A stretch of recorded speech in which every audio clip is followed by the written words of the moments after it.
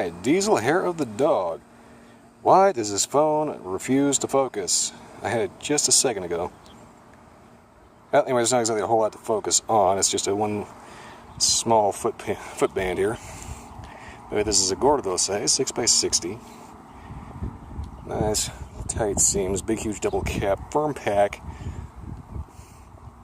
Very well constructed. If I'm not mistaken, this is put out by AJ Fernandez. And so far, this is one of the better cigars I've ever smoked. First one of these I had, and I was an instant AJ Fernandez fan. Alright, there we go. Yeah, just go ahead and extend your arm to the weirdest possible position possible. Okay. Well, anyway, I'm going to go ahead and get this cut and lit and tell you what's going on. So far, I'm expecting good things out of this sucker. Okay. Need to adjust my camera because for some reason my light's on. That is not nice. Okay. So anyway, got it lit. First thing I got, major pepper hit. Very spicy. Nice, clean, slightly sweet, smooth tobacco. Oh boy. That is just hitting you like a big ball of pepper right in the back of the throat.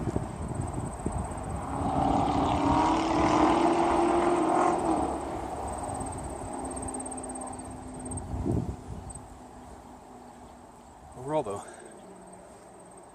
up to my expectations so far, these things always start off really, really peppery, then mellow out after about the first inch. So, I'm going to keep smoking this down to about the first inch, see if I can unfoobar my light, because that's making a nice big psycho dot right where I need to look, and I'll get back to you then. Alright, I fixed my light. For some reason I had the flash set to on, which was not very pleasant. Anyway, cigar so far has been actually pretty complex. There's been a major peppery hit right in the first, and then I'm not quite at an inch, but it's starting to mellow off really, really quickly. It starts out being just an absolute pepper bomb with bits of kind of a caramel florally sweetness and kind of a coffee-ish note. Not like a dark espresso coffee, but just a nice, smooth coffee. I haven't really noticed any kind of cocoa notes at all. And I'm not entirely too sure which angle I should be shooting this from because I've got the sun on my face and probably a rather boring background behind me, but whatever. This is where I always film. Decided to film this a little bit later in the day. Hopefully all the cyclists and trail walkers will be somewhere else, like at dinner. And hopefully I will not get rained on. It has been one of those weird days where the clouds look somewhat on the stink eye side. Oh, by the way, if you do go to retrohale this off the first inch, and make sure it don't go out, do not retrohale for about the first inch. It is just pure fire.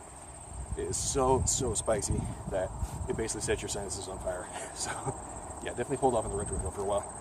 At least a good inch or so, probably a little bit more than that into the cigar. Overall, though,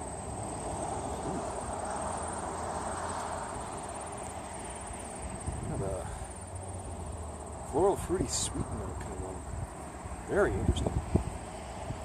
It's like every puff, you start noticing a little bit different flavor nuance along kind of a standard pour. It's very difficult to actually pick out individual flavors in this one, just because of the fact that there's so much going on in it. And the actual flavor that you taste is kind of hard to pinpoint. Anyway, I'm going to go ahead and keep burning away on this. I'll get back to you maybe about the halfway point. I don't actually have to worry about taking the band off because it's a foot band. You have to take it off, otherwise you burn it. Alright, I'll get back to you about the year-ish.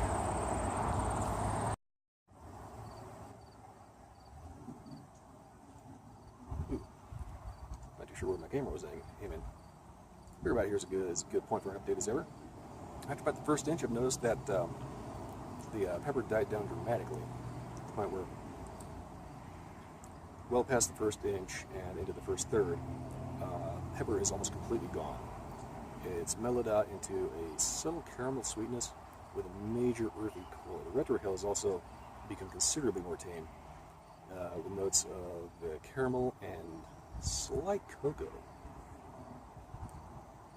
Point is, this is a very, very interesting, complex cigar that definitely will not let you sleep. Boy, gotta be careful on how much you retrohale. Do that too much, you'll clog up your sinuses. or if you're like me, it'll make your nose run off the pace. Ooh, it is getting darker and darker, and I'm hoping that I have enough light. I'm also hoping that I don't get rained on. But anyway, ash is holding on very nicely.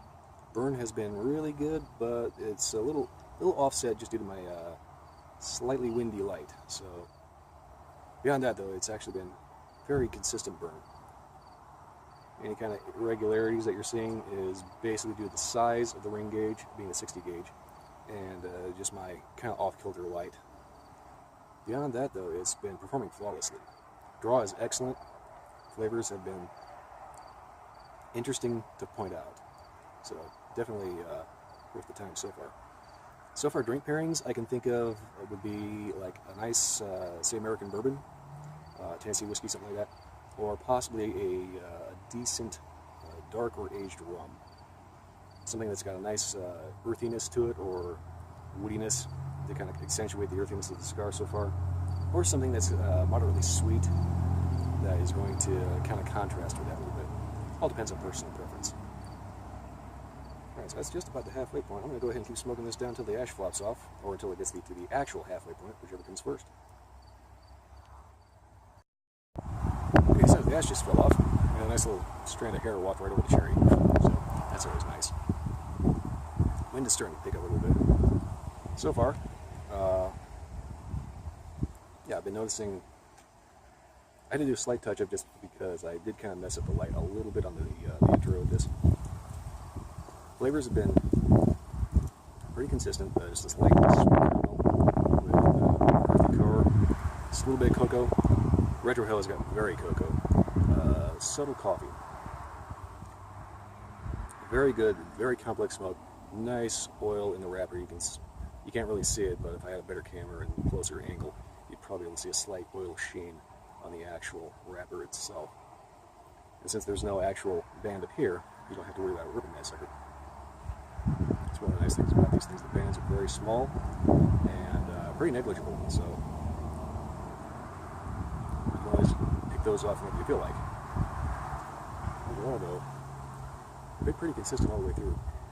I kind of have a weird way of describing this cigar. I kind of liken it to actually thinking of Harley Quinn. I use that reference basically because it starts off basically by punching you square in the face with pepper, and then it mellows out, sweetens up, and eventually starts calling you pudding. That's kind of a weird way to describe a cigar, but you know, it fits. You know, I mean, it's gotten very nice, very smooth, a little creamier than off the first light, especially about the halfway point. So, yeah, definitely masterfully blended. I don't know if these are what are typically classified as Cuban qualities, but the overall flavor profile is complex, very, very interesting, and it's kind of like drinking a good whiskey. You're always going to be trying to pick out what flavor you're tasting.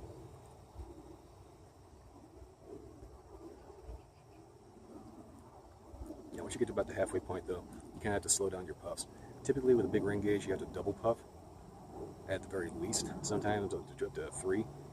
But once you get past the halfway point, you start getting a lot less tube to blow through. So you can kind of slow down and smoke it like a normal cigar. Finish lasts for a decent amount of time. Wood smoke has a very interesting, kind of slight cocoa-y aroma to it. That's just coming off straight off the foot. The actual amount of smoke coming off the foot is not that bad. You can definitely get away with smoking this in a car and not gas out your passengers.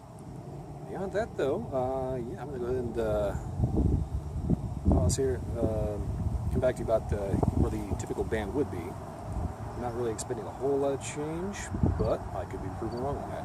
The cigar has been very interesting so far, so it'll be interesting to see how this one turns out. Okay, so this is around about where a traditional band would be. So far, I'm noticing it's starting to get a little on the hot side. That's probably just me double puffing when I shouldn't be. And the wind is definitely starting to kick up and starting to screw up my mic, I'm pretty sure. Anyway, yeah, the flavors have been kind of fluctuating between earthy and creamy, with the cocoaness still being there, but very, very so, very muted. Solid core of a clean, slightly sweet tobacco. Finish is actually finish of the cigar, I should say, has been pretty decent. It's definitely one of those cigars that lets you know when it's done, because the flavor has just changed, getting a little on the boring side, and the heat starts picking up temperature-wise. And the whole point of the cigar is to get a nice cool mouthful of smoke. Me being the collector punishment that I am, I smoke this down to the nub regardless. So I'm not really anticipating a whole lot of change between here and whenever I actually stop. But if anything does change, I'll go ahead and add that in some text at the bottom. Beyond that, yeah, it's been actually a very, very excellent stick. I would probably recommend getting this in perhaps a smaller ring gauge. I understand that Diesel has started playing around with the Salomon size. Salmon, however the hell you're supposed to say that. Looks like Solomon, but it's spelled with S-A-L instead of S-O. I would definitely recommend getting something like that, or maybe a Robusto, because you'd probably be able to control your temperature quite a bit better. Also, it's been a little windy, so my burn's been a little bit more off-kilter than usual. I have had to do 2 touch-ups. Part of that is due to my light, part of that is due to the fact that there's a nice breeze that is definitely taking things in kind of an odd way. Otherwise, the burn has been absolutely flawless. Pretty straight on. Haven't had any issues with major lopsidedness of anything. Beyond that, yeah, definitely recommend these. This is the last video I'm going to do before August 8th. If you have the opportunity to get out between now and Monday to the Capitol, Washington, D.C., there is going to be a big cigar event here for the Capitol, and it's a protest event for the draconian FDA regulations that just popped up and basically showed that the federal government kind of just likes to ignore what people think, regardless of the argument. The funny thing is, the actual legislation they're passing isn't really even going to do what it was supposed to do in the first place. It was supposed to regulate vaping technology, which that actually does need a certain amount of regulation because there's just certain safety precautions. I've heard of vape pens like blowing up on people because of unregulated power supply or something. Also, I've heard weird stories of like 6-year-olds being hospitalized for nicotine overdose. And honestly, if you are a parent and you let your 6-year-old vape, you are an idiot. End of story. Beyond that, though, the actual legislation they're passing is far overreaching in what's supposed to do, and you can clearly tell that somebody had an agenda, and they used that as kind of a foothold to get their anti-smoking garbage pushed. I'm a little bitter about that, by the way, in case you can't tell. Beyond that, though, with regards to the cigar, definitely pick some of these up. They're more than worth the money. Even if I stop this right now, I definitely got more than my money's worth out of it.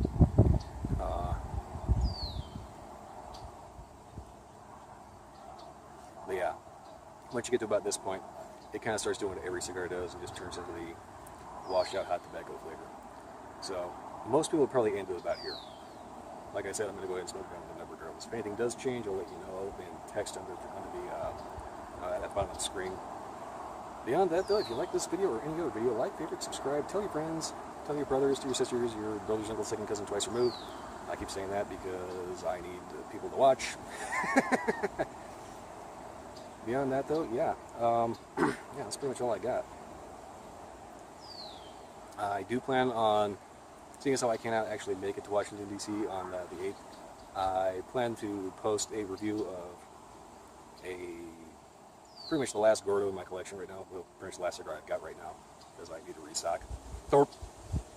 And beyond that, yeah, don't be too shy to get kind of a slightly angrier review than usual on the 8th. I'll be recording it on the 8th and uploading it on the 8th. Beyond that, yeah, that's pretty much all I got. So, yeah.